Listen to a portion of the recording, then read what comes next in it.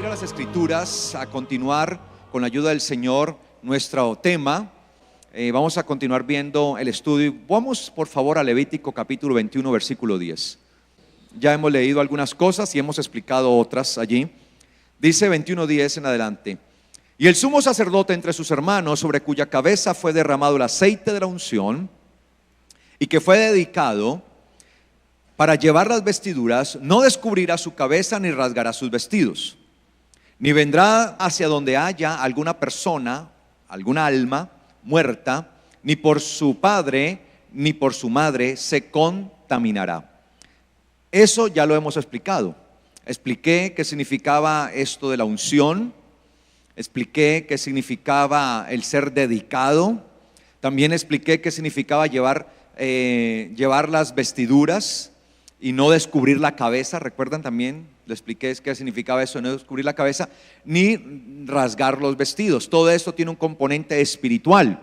Y estamos allí en el capítulo 21, versículo 12, dice: ni saldrá del santuario, ni profanará el santuario de su Dios, porque ha sido separado con el aceite de la unción de su Dios, el cual está sobre él. Firma Yahweh, ¿no? Dice: yo soy Yahweh, ¿sí? Yo soy Yahweh.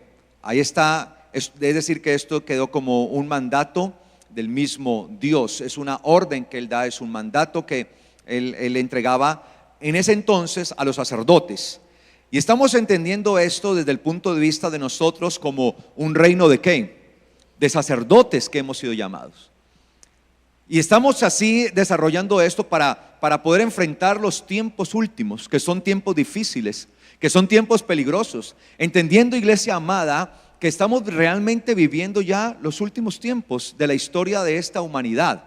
Y cuando hablo de los últimos tiempos de esta humanidad, estoy hablando precisamente en ese entendimiento de que se terminará el régimen humano para que sobre esta creación se desarrolle el régimen del Mesías. Amén.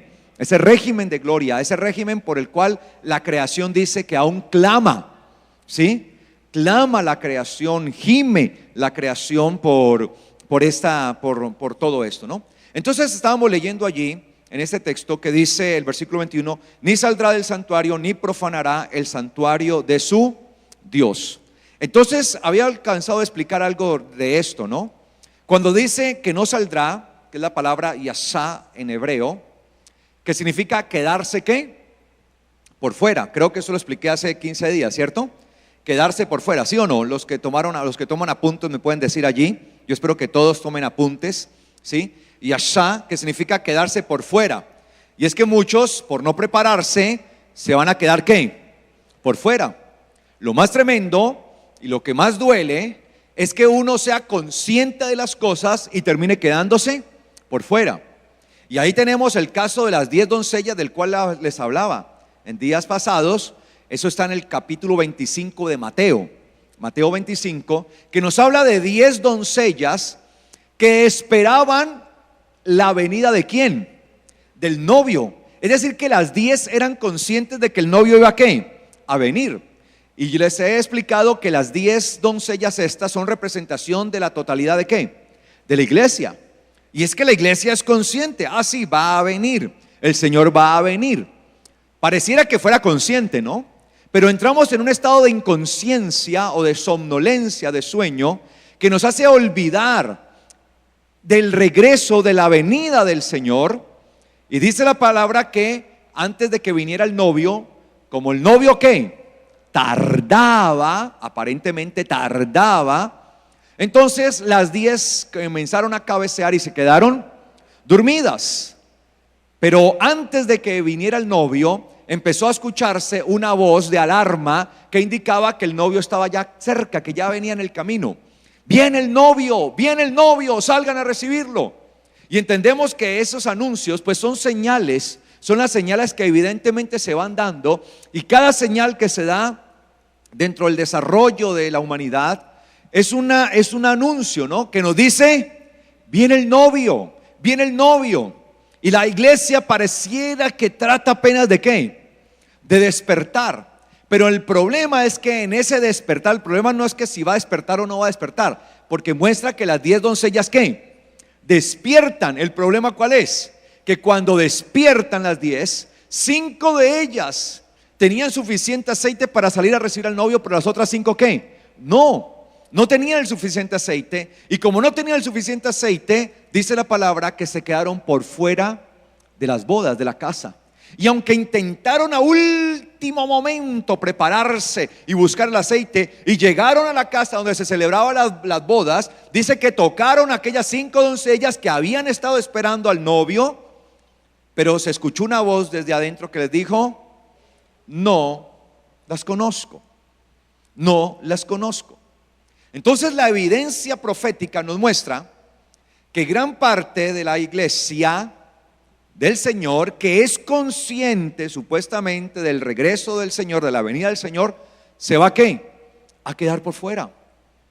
Y es que el Señor nos está llamando a no quedarnos por fuera. Por eso dice aquí: no saldrá del santuario.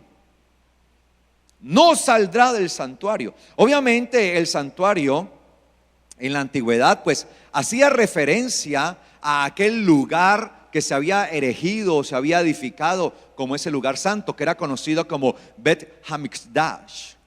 El Bet Hamikdash, ¿sí? Que es el santuario o la casa santa. Bet, casa, ¿sí? Se traduce como casa allí. Y Hamikdash, el santuario, la casa santa, ¿sí? La casa santa.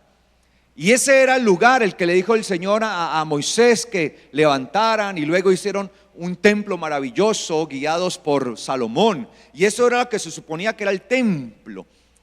Y para ellos, para los sacerdotes, la orden era permanecer allí, ministrando en esa casa santa, permaneciendo allí en aquel lugar, no quedar por fuera de. Esa era la orden para los sacerdotes. Por lo tanto, para nosotros también es impartida esa orden hoy como sacerdocio, de permanecer en la casa santa del Señor. ¿Y cuál será esa casa?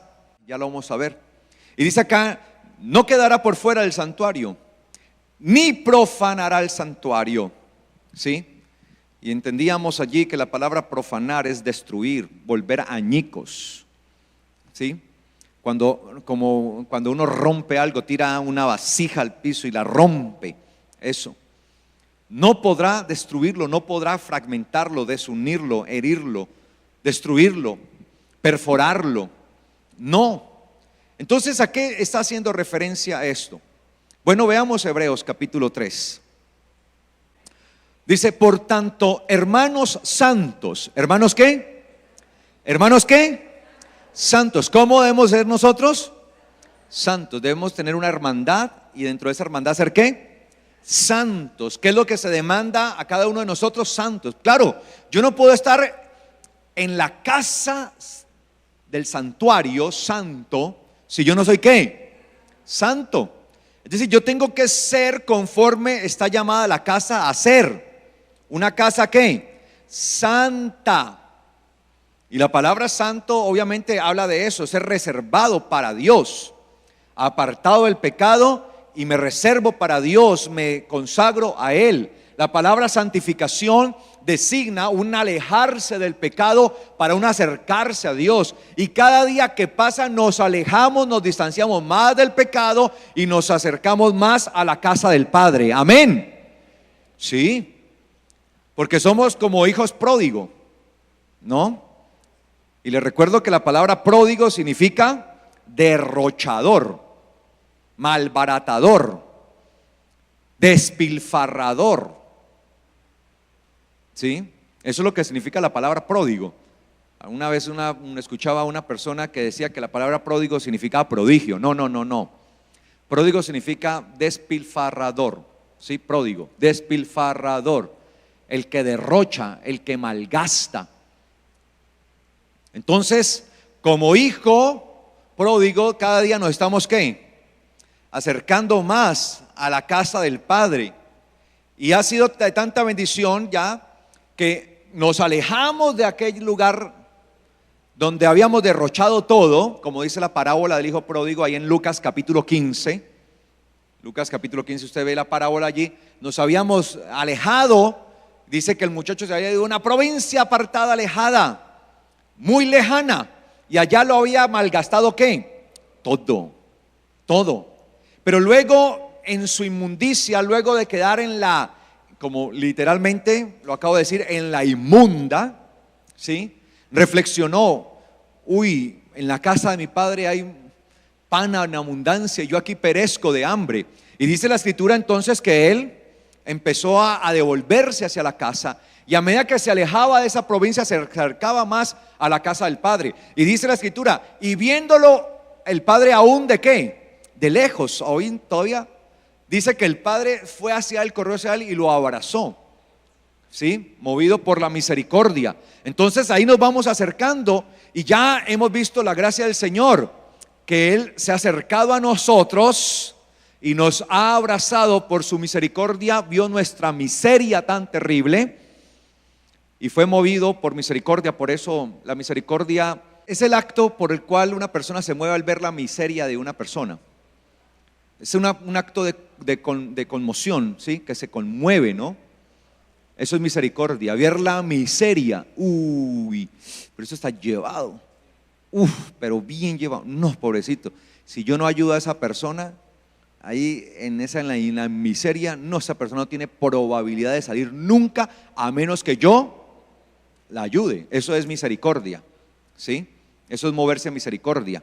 Es decir, que el Señor se movió por nosotros a misericordia porque estábamos en la inmunda. Sí, así, sin pelos en la lengua, así estábamos. Y Él nos ha abrazado. No, uy, pero eso está como harapiento y huele feo. No, dice que lo abrazó, no le importó su condición. Entonces dice acá, por tanto, hermanos santos, participantes, asociados, la palabra de estar asociados, ¿sí? En asociación. Participantes, socios, que están siendo asociados del llamamiento celestial. ¿De cuál llamado? ¿De llamamiento de dónde? ¿De dónde viene el llamamiento? ¿El llamado de dónde viene? Del cielo. ¿Cuál es el llamado que usted debe atender? El llamado del cielo, no el llamado del mundo. El mundo también lo llama. Entonces hay solo dos opciones: atender el llamado del cielo o el llamado de quién? Del mundo. El llamado del cielo. Consideren al apóstol Carlos Rabat, ¿no? Bueno, observen, ¿no? Allí observen plenamente, ¿sí? Una observación detenida, con lujos. Mire que la palabra nos manda a poner nuestra mirada, y esa mirada en Yeshua es una mirada atenta, a examinar con toda atención posible. ¿Usted alguna vez ha visto algo así que le llame la atención y que usted se detiene allí y lo quiere ver y de la mejor manera? Esto me hace acordar cuando estábamos en el colegio, que hacíamos en la biología. En el colegio habían adquirido unos microscopios, ¿no?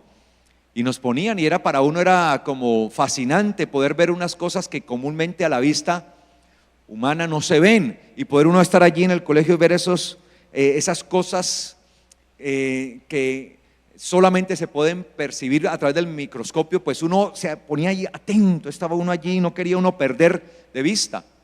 O cuando usa un telescopio, ¿sí? Para mirar aquel firmamento, verlo mejor de lo que lo podría ver a simple vista. Eso significa considerar, es una observación total, una examinación completa. Consideren al apóstol y sumo sacerdote de nuestra confesión, ¿sí? De lo que nosotros reconocemos, ¿sí?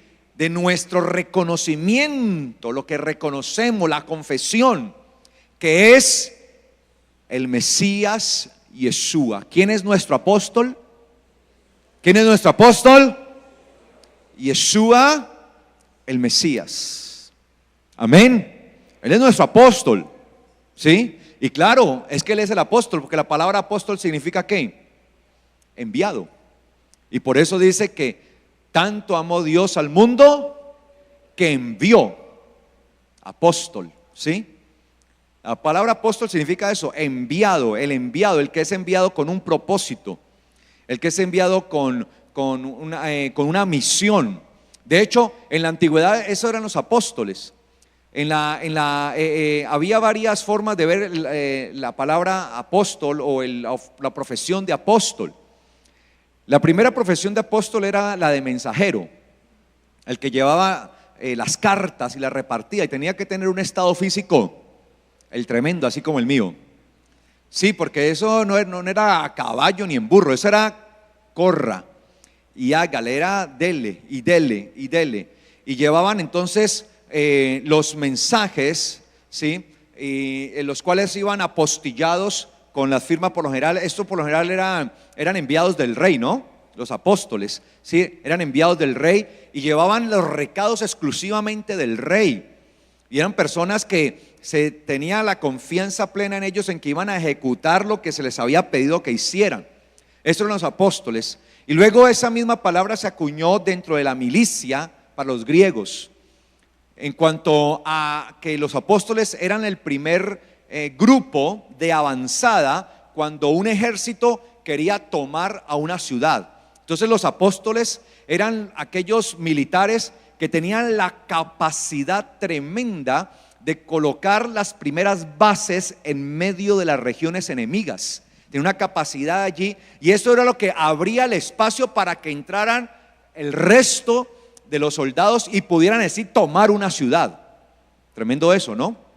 Entonces dice que aquí vino nuestro apóstol, ¿sí? Yeshua, el cual también es ¿quién? El sumo sacerdote, el gran sacerdote de nuestra fe, de nuestro reconocimiento, de lo que profesamos, de lo que creemos, de lo que confesamos. Y ese apóstol y sumo sacerdote de nuestra confesión es ¿quién? Yeshua, el Mesías. No es cualquiera, es Yeshua ¿quién? El Mesías. Y dice acá, el cual es fiel al que lo constituyó. Al que lo constituyó ¿como qué? Como apóstol y sumo sacerdote. ¿Y quién lo constituyó a Yeshua como apóstol y sumo sacerdote? ¿Quién? El mismo Dios, el Padre celestial, el Padre eterno. Y dice acá, el cual es fiel al que le constituyó, como también lo fue Moisés en toda la casa de Dios. Mire que muestran que Moisés era un tipo, ¿sí?, de Yeshua. Era un símbolo de Yeshua. Era como un tipo o una figura de Yeshua. Es decir, que todo lo que hacía Moisés era simbólico a lo que iba a hacer Yeshua. Y cuando Moisés construyó el santuario, aquella casa santa, ¿sí?, que así se llamaba, dice que él lo hizo, obviamente lo hizo porque Dios mismo se lo mandó. De hecho, a Moisés se le dijo, construye la casa, el santuario, conforme al modelo que se te ha mostrado. Y dice que así lo hizo. Y lo hizo y dice que la palabra que Moisés fue ¿qué? Fiel. Y permaneció fiel allí en el santuario. Y permaneció fiel a esa casa santa, a ese lugar, dando testimonio. Y dice que así como Moisés fue fiel a esa casa, Yeshua también es fiel. Amén. Y fiel al que lo constituyó. Dice acá, porque de tanto mayor gloria que Moisés es estimado digno cuanto tiene mayor honra que la casa el que la hizo. Dice entonces acá que Moisés fue estimado en gloria. Ahora, ¿cuánto más será estimado también quién? Yeshua. Porque ¿quién es mayor, la casa o el que la hizo? El que la hizo. Y mire que a Moisés se le permitió hacer esto. La gloria de Moisés fue que hizo eso. Ahora imagínense la gloria del Mesías. Dice acá, porque toda casa es hecha por alguno, pero el que la hizo, pero el que hizo todas las cosas es Dios. Y Moisés a la verdad fue fiel en toda la casa de Dios, como siervo, para testimonio de lo que se iba a decir. Pero Cristo, el Mesías, como hijo sobre su casa, la cual casa, ¿qué? Somos nosotros. ¿Quiénes somos la casa? ¿Quiénes somos el santuario?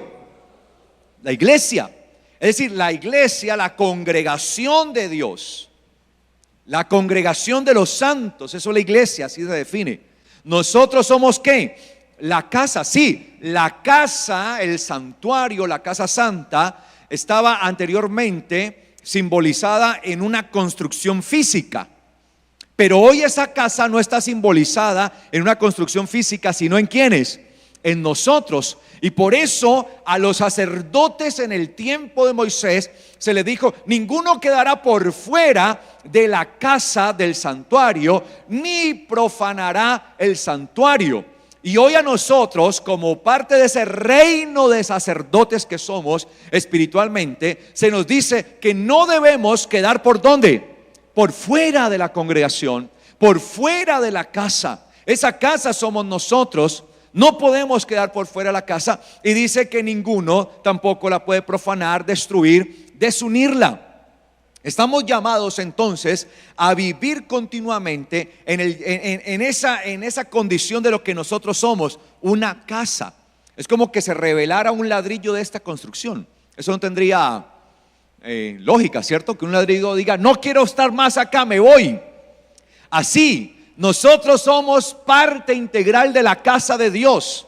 Somos como los ladrillos y las partecitas que conforman una casa. Y como parte de esa casa debemos permanecer. Porque si un ladrillo de eso se daña, si un ladrillo de eso se corre, se quita, y otro se corre y otro se corre, empieza ¿qué? A fragmentarse la construcción hasta que cae. Y nosotros estamos llamados a estar ligados en el Señor, a estar en Él y a permanecer en Él como ese reino de sacerdotes. Amén. Y dice acá, versículo 5, versículo 6, ¿cierto? Estamos. Pero el Mesías como hijo. ¿Como qué? Como hijo. Mire, la palabra hijo en hebreo, esto hay que entenderlo desde el punto de vista hebreo. La palabra hijo en hebreo significa o es ben, ¿sí? Ben en hebreo. Sin embargo, la palabra ben en hebreo viene de la raíz baná. Baná, porque todas las palabras en hebreo tienen una raíz. O sea, no existe una sola palabra en hebreo, en el hebreo bíblico, que no tenga una raíz. Para uno poder entender el significado amplio de cualquier palabra, debe siempre remitirse ¿a dónde? A la raíz. Y la raíz de la palabra ben, que comúnmente se traduce como hijo, ¿sí? Ben, hijo, esa es la forma en que se traduce. La palabra raíz de ben es baná. Y baná en hebreo significa construir, el que construyó, ¿sí? Construir, levantar una edificación. Es decir, que tener el título de hijo, significa que el hijo es ¿quién? El constructor de la casa.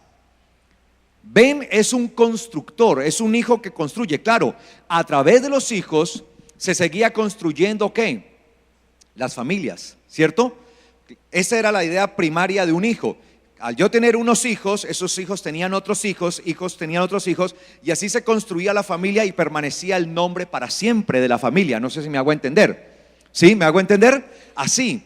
Entonces el hijo era el que tenía la obligación de construir, de continuar la construcción del nombre de su casa, de su familia. Y cada hijo llevaba sobre cuestas o sobre sí esa responsabilidad de construir correctamente, debidamente el nombre de su familia, el nombre de su casa, que su casa no se fuera a destruir. Por eso uno ve que comúnmente en la Biblia dice: y fulano de tal, descendiente de la casa tal. Yo no sé si usted lo ha visto allí, ¿no? ¿Sí? Y este era de la casa de tal. Por ejemplo, en el caso de David, es una casa. David es descendiente de Judá y se dice David descendiente de Judá, ¿sí?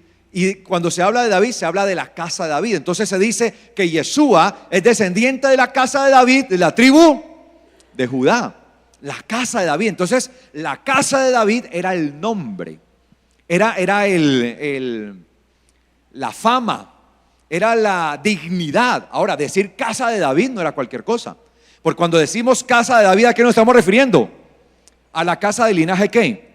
real. Es decir, cuando hablamos de casa de David, estamos diciendo las familias, estamos designando a aquellos que vienen de ascendencia, de linaje real, ¿no? Porque David, estoy hablando del rey David. Y por eso en Yeshua, cuando usted ve que se trazan las genealogías, siempre van a eso, ¿no? De la casa de David, para que se entienda cuál era la dignidad de él. En este caso, la dignidad de un linaje real, ¿sí? La casa de David, como hablar entonces de la casa de los reyes de España o de la casa de los reyes de Inglaterra. Algo así, no sé si me hago entender. Entonces, los hijos tenían por obligación el seguir construyendo la fama o el buen nombre que sus padres habían construido, y avanzarlos y multiplicarlos. En este caso, por eso a Yeshua se le dice Ben Elohim, hijo de Dios, porque él es el encargado de ¿qué? De construir ¿qué? La casa. ¿Para quién? Para su padre. Continuar la construcción. Él es el Ben constructor, ¿no? Él es el constructor, ¿sí? Él es el que está construyendo y sigue construyendo. Y a medida que nosotros venimos al Señor, cuando nosotros nos incluimos en el Señor, dice que pasamos a ser ¿qué? Hijos de Dios. Entonces, ¿qué significa ser hijos de Dios? Significa que nosotros pasamos a ser ¿quiénes? Los constructores de la casa.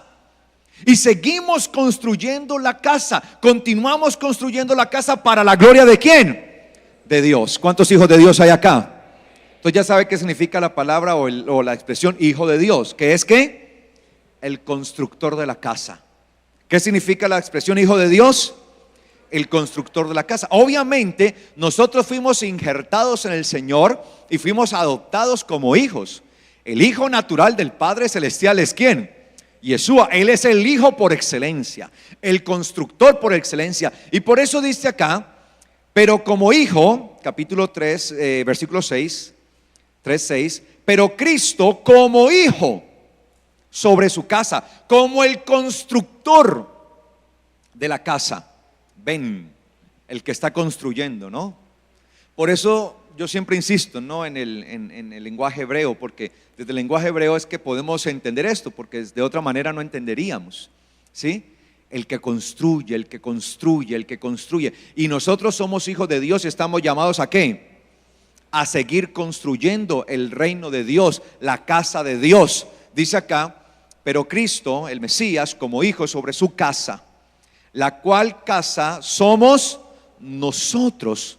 Mire que tenemos esa bendición de estar siendo construidos por el mismo Mesías, pero nos corresponde a nosotros también como hijos de Dios aportar ¿qué? Nuestro esfuerzo y trabajo, el seguir construyendo la casa para el Señor, amén. Y dice acá, si retenemos firme hasta el fin la confianza y el gloriarnos en la esperanza. Es decir, que nosotros hacemos parte de la casa siempre y cuando ¿qué? Retengamos, ¿sí? Retener. Mantenerse firme. Es la palabra que aparece ahí, catejo, que significa mantenerse firme, catejo, en griego. Mantenerse firme, ¿sí? Firme, que nada ¿qué? Lo mueva. Entonces nosotros permaneceremos en la casa. Dice que el sacerdote no podía quedar por fuera de ¿qué?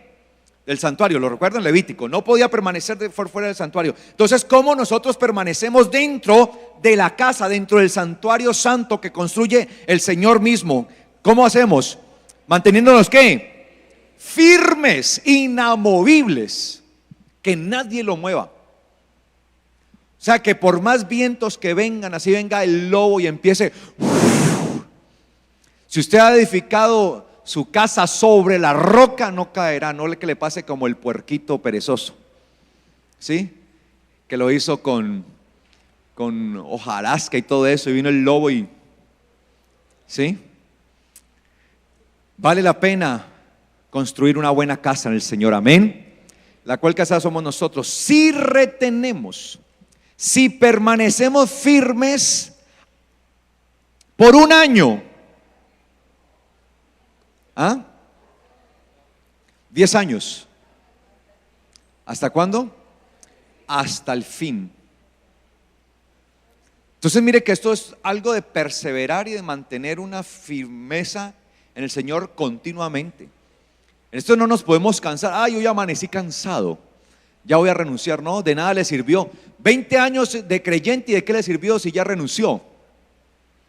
Hasta el fin. ¿Hasta cuándo? Hasta el fin. Porque si no mantenemos firmes en el Señor, es decir, esa firmeza que no nos mueve, que ningún viento doctrinal viene a movernos, viene el lobo allí a hablarnos cosas que no son, ¿sí? Y las ovejas se dejan engañar y el lobo viene disfrazado de oveja, ¿no? ¿Sí? Y el lobo viene a enseñar cosas que no son. Y esas cosas que no son los vientos doctrinales, los que vienen a mover nuestra vida. Nosotros no podemos permitir que ninguna enseñanza que no sea conforme a las Escrituras nos mueva, por más maravillas y por más milagros que nos incluyan. Así nos incluyan el paquete completo, ¿sí? Entonces dice acá, permanecer firmes hasta el fin, ¿sí? ¿Sí? Retenemos hasta el fin, pero retenemos ¿qué? ¿La qué? La confianza, ¿sí? Que es sinónimo de fe. Esa palabra parsia en griego es sinónimo de pistis, ¿sí? Que es la fe. Y la fe se define también como esa confianza y el gloriarnos en la esperanza. ¿Cuál es nuestra gloria? Aquella esperanza de la salvación en Yeshua, ¿sí? Por lo tanto, nosotros estamos llamados como casa espiritual a permanecer en Él. Y como sacerdocio del Señor, no podernos quedar por fuera. Entonces, ¿quién se va a quedar por fuera? El que no permanece ¿qué? Firme. El que no funda su casa ¿sobre qué? Sobre la roca, sino que la hace sobre la arena. Y cuando vengan los vientos, cuando vengan las tempestades, aquella casa ¿qué? Caerá. Y si una casa cae, queda uno al desnudo, queda uno al descubierto, queda ¿qué? Por fuera la protección, porque las casas tenían siempre la idea de ofrecer ¿qué? Abrigo. Desde la antigüedad la casa siempre ha sido eso, sobre todo cuando se desatan las tempestades, ¿no? Cuando uno está por fuera de casa y está de noche, uno quiere llegar a su casa. El anhelo, no hay más deseo en uno, en mi caso, siempre poder llegar ¿qué? A mi casa. Y cuando están haciendo esas noches de tempestades, a veces que de pronto en algún momento le toca a uno, más aún uno quiere llegar y con esa ansiedad y llega uno a su casa. Y más aún si usted va en una moto y va mojado, quiere llegar ¿sí? A la casa, porque la casa brinda el resguardo, ¿sí? La tranquilidad. Y de eso se trata. Entonces, como sacerdotes, nosotros estamos llamados a permanecer firmes, a estar firmes en la confianza, firmes en aquella fe, en lo que hemos creído, firmes en la palabra, aquella roca es Yeshua, y Yeshua también es símbolo de la palabra misma. Por lo tanto, nosotros estamos llamados a permanecer en la palabra. No importa lo que se levante, no importan los vientos, no importa lo que se venga, no importan los problemas, no importa que se le venga el mundo encima. Si nosotros estamos fundados sobre la roca, hemos hecho nuestra casa donde debe ser, aquella casa permanecerá, amén, y no vamos a quedar por fuera. Entonces nosotros estamos llamados a participar de la casa de Dios y no estar por fuera, sino estar en ella. Mire lo que dice para finalizar esta parte acá, Primera de Pedro 2:5. Leámoslo desde el 1. Dice acá, desechando, separando, llevando lejos, significa eso allí, llevar lejos. Desechando pues toda malicia, que hay que poner lejos de nosotros, ¿toda qué? Toda malicia y todo engaño, hipocresía, envidias y todas las detracciones difamaciones, maldecir. Deseen como niños recién nacidos la leche espiritual no adulterada, para que por ella crezcan para salvación, si es que han gustado la bondad del Señor. Acérquense a Él, piedra viva. ¿Quién es Él? La piedra viva, la que fue desechada ciertamente por los hombres, mas para Dios escogida y preciosa. Es decir, esa es la piedra principal en la que se edifica ¿qué? La casa. Allí, sobre esa piedra de construcción, es una piedra escogida. Sobre ella está construida la casa que somos nosotros. Ustedes también como piedras vivas. Entonces, así como Yeshua es la piedra viva principal, nosotros estamos llamados también a ser ¿qué? Piedras vivas. Así ustedes también como piedras vivas sean edificados, construidos, ser el constructor, ¿sí? La palabra que aparece allí es una palabra mixta, que significa el constructor o el que construye la casa, ¿sí? Donde dice allí sea edificados, sean edificados como casa espiritual. ¿Qué somos nosotros? Una casa espiritual. Y mire, y sacerdocio santo. Mire, la casa siempre está ligada ¿a qué? Al sacerdocio. La casa era para que los sacerdotes permanecieran en ello, la casa santa. Por lo tanto, nosotros como hijos de Dios y sacerdotes del Rey de Reyes, sacerdotes de Dios, sacerdotes de este reino glorioso de Él, estamos llamados a permanecer ¿en dónde? ¿En dónde? En la casa. Nosotros estamos llamados a permanecer allí. Entonces dice aquí la palabra: sean edificados como casa espiritual y sacerdocio santo, para ofrecer sacrificios espirituales aceptables a Dios por medio de Yeshua el Mesías. Mire a qué hemos sido llamados nosotros. Así como los sacerdotes presentaban sacrificios en la antigüedad, que eran sacrificios animales y todo esto, administraban todos los sacrificios, nosotros estamos llamados a presentar o a administrar los sacrificios ¿qué? Espirituales. ¿Y cuál es el sacrificio espiritual que nosotros administramos? Se nos dio como sacerdotes administrar. ¿Cuál? ¿El sacrificio de quién? De Yeshua. Recuerden que los sacerdotes en la antigüedad eran los que administraban los sacrificios animales, y a ellos es los que les correspondía hacer los sacrificios todos los días, administrarlos, tomar la sangre, rociarla sobre el pueblo, preparar todo. Y eso es una preparación todos los días. De hecho, se conocía como el sacrificio continuo, todos los días.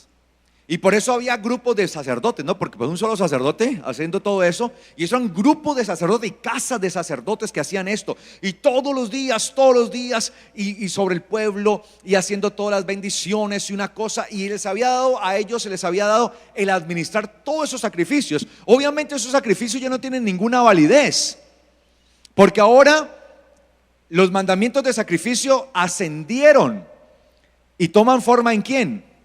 En Yeshua, el sacrificio perfecto. Por lo tanto, a nosotros se nos ha encargado como ministros y como sacerdotes del Dios Altísimo administrar los sacrificios ¿qué? Espirituales. Y los sacrificios en la antigüedad tenían un propósito: la santificación. ¿Cuál era el propósito de los sacrificios en la antigüedad? La santificación. ¿Por medio de qué? De la sangre. Entonces a nosotros se nos ha dado el administrar el sacrificio espiritual. ¿Pero cuál sacrificio? El de Yeshua, por medio de su sangre. ¿Y cómo lo administramos? Llevando santificación. ¿Y cuándo llevamos santificación a los demás por medio de la sangre del Mesías? ¿Cuándo? ¿Cuándo qué? Cuando hacemos lo que el Señor dijo: vayan y prediquen. Vayan y prediquen. Es decir, que parte de pertenecer a la casa de Dios y de poder enfrentar estos tiempos difíciles es ¿qué? Predicar. Eso es administrar el sacrificio de Yeshua. Yo administro el sacrificio espiritual cuando imparto vida en otros, Cuando tomo la sangre del Mesías y predicando al Mesías, le predico a otro, le enseño a otro la verdad del Mesías, y esa persona se le abre el entendimiento, puede estar dispuesta a ser bañada por la sangre del Mesías, y así puede ser liberada y puede ser limpiada y santificada para la gloria de Dios. Amén. ¿Lo estamos haciendo? Imagínense que a unos sacerdotes les tocara en la antigüedad presentar el sacrificio. Ay, no, hoy no quiero ir, me dio como pereza hoy. Era su obligación, porque todos los días, mire que esto era, el sacrificio continuo se presentaba en la mañana y en la tarde, todos los días, mañana, tarde, mañana, tarde, mañana, tarde, mañana, tarde, mañana, todos los días, todos los días, todos los días, todos los días. No había un solo día en que pararan, porque esto es un llamado continuo que el Señor nos hace a todos. Es algo que tenemos que hacer, y muchas veces estamos fallando en esto. Y si nosotros queremos ser constructores de la casa, porque somos hijos de Dios, la forma en que construimos la casa es haciendo nuestra obra de sacerdotes, administrando los sacrificios espirituales, llevando lo que debemos llevar, administrando la sangre del Mesías. Amén. De eso se trata. Y si no hacemos nuestro sacerdocio como es, podemos llegar a quedar ¿qué? Por fuera. Porque el sacerdote que no cumplía con su sacerdocio era ¿qué? Expulsado, porque no servía, quedaba por fuera. Así nosotros estamos llamados a cumplir y no a quedar por fuera. Que ninguno de nosotros vaya a quedar por fuera por no estar haciendo lo que hemos de hacer: administrar correctamente el sacrificio de Yeshua. Amén. Vamos a colocarnos de pies, por favor, esta mañana.